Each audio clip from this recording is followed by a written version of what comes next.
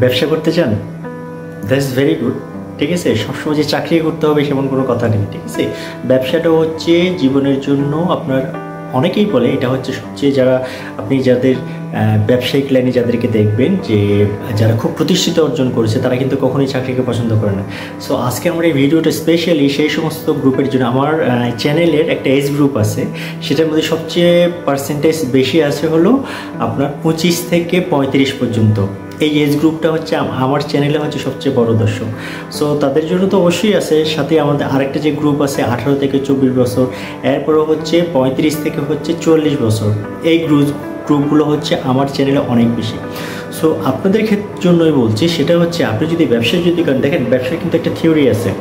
ব্যবসার থিওরিটা হচ্ছে কীরকম, অর্থাৎ আপনার সেভিংস এবং হচ্ছে আপনার ইনভেস্টমেন্ট, এই দুটোকে সবসময় আপনি রেশিও করবেন। কীভাবে রেশিও করবেন, অর্থাৎ ধরেন আপনার কাছে 5 লক্ষ টাকা আপনার সেভিংস আছে, আপনার নিজের কাছে আছে, আপনি সেখান থেকে সর্বোচ্চ বিনিয়োগ করবেন হলো নট মোর দ্যান 50%, অর্থাৎ 50%-এর বেশি বিনিয়োগ করবেন না। দ্যাট মিনস আপনি যদি 5 লাখ টাকা যদি আপনার সেভিংস থাকে, তাহলে সেখান থেকে আপনি সর্বোচ্চ আপনি ইনভেস্ট করবেন কোনো জায়গায় 2 লক্ষ থেকে 2.5 লক্ষ টাকা। এখন বলতে পারেন কেন আমি 2 থেকে 2.5 লক্ষ টাকা আমি বিনিয়োগ করব, তাহলে বলি, যদি কোনো কারণে আপনি ফেলিওর যদি হন, তাহলে অ্যাটলিস্ট হবে কি, দেখেন আপনার ওই যে অবশিষ্ট যে সঞ্চয় আপনার যে 50% আছে, সেটা যদি 3 লাখ টাকা যদি হয় বা 2.5 লক্ষ টাকা যদি হয়, তাহলে কোনো কারণে যদি আপনি বিপদে যদি পড়েন, তাহলে ওই অবশিষ্ট সঞ্চয়টাই কিন্তু আপনাকে কী করবে, সহযোগিতা করবে আবার ঘুরে দাঁড়ানোর জন্য। ঠিক আছে, আমি আবার ঘুরে দাঁড়ানো কেন বলছি, দেখেন আপনি একবার ফেলিওর হলে যে আপনি পিছু পাবেন না, সেটা হওয়ার কিছু নেই। কারণ প্রথমবার আপনি কিন্তু হেরে যাননি, প্রথমবার আপনি কিন্তু শিখেছেন। বিকজ অফ ব্যবসার ক্ষেত্রে আমি একটা জিনিস বলি, হয় জিতবো না হলে শিখবো, কিন্তু হারবো না। ঠিক আছে, সো প্রথমবার আপনি যে ইনভেস্টমেন্ট যেটা করেছেন, সেটাতে কিন্তু আপনি যে প্রফিট করতে পারেননি, সেটা কিন্তু আপনি হেরে যাননি। আপনি সেক্ষেত্রে হচ্ছে আপনার প্ল্যানিংয়ে কোনো কিছু প্রবলেম ছিল, সেটা হচ্ছে আপনি ফার্দার ওই আপনার ওই পূর্ববর্তী যে আপনার যে প্রবলেম যেগুলো ছিল বা আপনার যে ঘাটতি যেগুলো ছিল সিদ্ধান্ত নেওয়ার ক্ষেত্রে, সেগুলোকে আপনি এখন কী করবেন, সেগুলোকে আপনি এখন অ্যাড করবেন পরবর্তীতে যখন আপনি আপনার নতুন করে ব্যবসা যখন শুরু করবেন। ঠিক আছে, শুনেন, চাকরি করেন আর ব্যবসায়ী করেন, আপনার সফলতা কিন্তু একদিনে আসবে না। ঠিক আছে, আপনি চাকরি করলে দেখেন, আপনি চাকরি যেভাবে শুরু করেন, ধরেন আপনি অ্যাসিস্ট্যান্ট পজিশন থেকে চাকরি শুরু করেছেন আপনি, ঠিক আছে, অ্যাসিস্ট্যান্ট থেকে আপনি অফিসার হবেন, অফিসার থেকে আপনি হয়তো সিনিয়র অফিসার হবেন, সিনিয়র অফিস থেকে স্টেট ম্যানেজার, ডেপুটি ম্যানেজার, তারপর একটা সময় গিয়ে হয়তো আপনি ডিরেক্টর হবেন বা জিএম হবেন, হোয়াট এভার। সো ব্যবসাতেও কিন্তু আপনি যেটা হবে, আপনার প্রথমে যে আপনি অনেক বেশি লাভ করে করতে পারবেন তা কিন্তু না, কিন্তু ব্যবসার শুরু থেকে যখন আপনি বিষয়গুলো পুঙ্খানুপুঙ্খরূপে যখন আপনি এগুলো যখন বুঝতে যখন পারবেন, ব্যবসার এটাকে বলা হচ্ছে ব্যবসার মারপ্যাচ। ব্যবসার মারপ্যাচ, আপনি যে ব্যবসায় করেন সেই ব্যবসার মারপ্যাচ যদি আপনি ভালো মতো যদি বুঝতে পারেন, তাহলে you will be shine in your life definitely.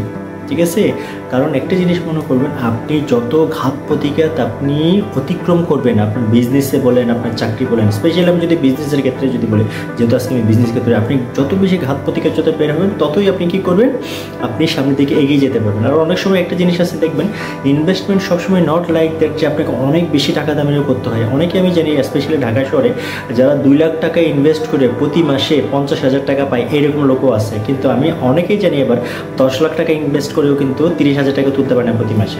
So এগুলো হচ্ছে কিছু টেকনিক আছে। সো আপনি ওই টেকনিকটা আগে জানবেন। আর একটা জিনিস মনে রাখবেন যে আপনি যখন ব্যবসা যখন শুরু করবেন, আপনার শুরুটা কিন্তু একটু কষ্টকর হবে, সেটা আপনাকে অবশ্যই মেনে নিতে হবে। ঠিক আছে, কারণ আপনি যেহেতু এখন অ্যাডাল্ট হয়ে গেছেন, মনে করেন আপনি, আমি ধরতেছি আপনার বয়স এখন 25 থেকে 35-এর মধ্যে আপনার আছে। So that now you are mature.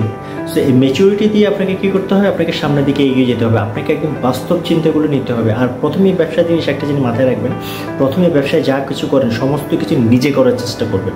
কারণ যেদিন আপনি সব কিছু নিজে জানতে পারবেন, নিজে বুঝতে পারবেন, সেদিন থেকে আপনি একটা জিনিস যেটা হবে, আপনি সেটা হচ্ছে আপনার বুদ্ধিও বাড়বে। আপনার বুদ্ধি বাড়বে মানে কি, ব্যবসায়িক বুদ্ধিটাও বাড়বে এবং আপনার টেকনিকটা আপনার জানা হয়ে যাবে। সো সেই টেকনিক অ্যাপ্লাই করে আপনি যেটা করতে পারবেন, ভবিষ্যতে আপনি আপনার বিজনেসটাকে আরও অনেক বাড়াতে পারবেন। 5 লাখ টাকার ব্যবসা একটা সময় কী হয়ে যাবে, আপনি 50 কোটি টাকা পর্যন্ত হতে পারে, অস্বাভাবিক কিছু না। ঠিক আছে, এরকম অনেক উদাহরণ আছে, আমি ঢাকা শহরে অনেককে চিনি যারা এরকম জানে। ঢাকা শহরে আমি যদি একটা উদাহরণ যদি দিই, আমি যখন আসছি 94-এ, যখন ঢাকায় যখন আসছিলাম, সেই 94-এর 1994 সালের অনেক চা ব্যবসায়ী গুলশানের চা বিক্রি করতো, তাদের এখন ঢাকা শহরে কয়েকটা তাদের বিল্ডিং আছে এখন। ঠিক আছে, তাদের ইচ্ছা শক্তি ছিল এরকম, তাদের একটা প্ল্যানিংও ছিল, তারা কিন্তু খুব বেশি এডুকেটেড না। ঠিক আছে, সো আপনি যে জিনিসটা, আপনাকে পরিশ্রমটা করতে হবে, কিন্তু কষ্ট করতে হবে। আরেকটা জিনিস সবচেয়ে বড়, নেভার গিভ আপ। আপনি কখনো ব্যাক করার সুযোগটা নেবেন না। কেন নেবেন না? কারণ আপনি যাই করতে চান না কোনো লাইফে, সবসময় প্রথমেই আশা করবেন না যে আমি সাকসেস পেয়ে যাবো। সাথে সাথে সাকসেসটা পেতে একটু সময় লাগে।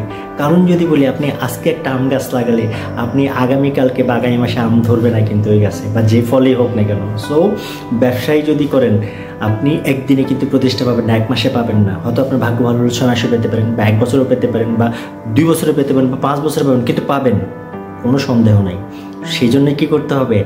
চেষ্টা করতে হবে, চেষ্টা করতে হবে, চেষ্টা করতে হবে, বারবার চেষ্টা করতে হবে এবং পরিশ্রমকে অব্যাহত রাখতে হবে। এটা যদি করতে পারেন তাহলে জীবনে আপনি সাকসেস হবেন, নো ডাউট। ঠিক আছে? শুনেন, লাইফ তো একটা, একটু রিস্ক নিলে কী হয়? ওই যে বললাম, রিস্ক কিন্তু নেবেন এমনভাবে, ওই যে আমরা একটা কথা বলি আর কি, রিস্ক নেবেন এরকম পরে হাত পা ভেঙে ফেলেন না সব কিছু হবে। ঠিক আছে? অর্থাৎ পড়বেন ঠিক আছে, কিন্তু কোমর ভাঙবে না, ব্যথা পাবেন একটু। সেই জন্য আমি বলছি, ইনভেস্টমেন্টের ক্ষেত্রে নিয়ম হচ্ছে, আপনার যেটা সেভিংস থাকবে সেখান থেকে কখনোই মোর দ্যান 50% আপনি ইনভেস্টমেন্টে যাবেন না। কারণ কোনো কারণে যদি আপনি ফেলিওর যদি হন ফার্স্ট টাইম, সো দ্যাট আপনি আবার ঘুরে দাঁড়াতে পারবেন।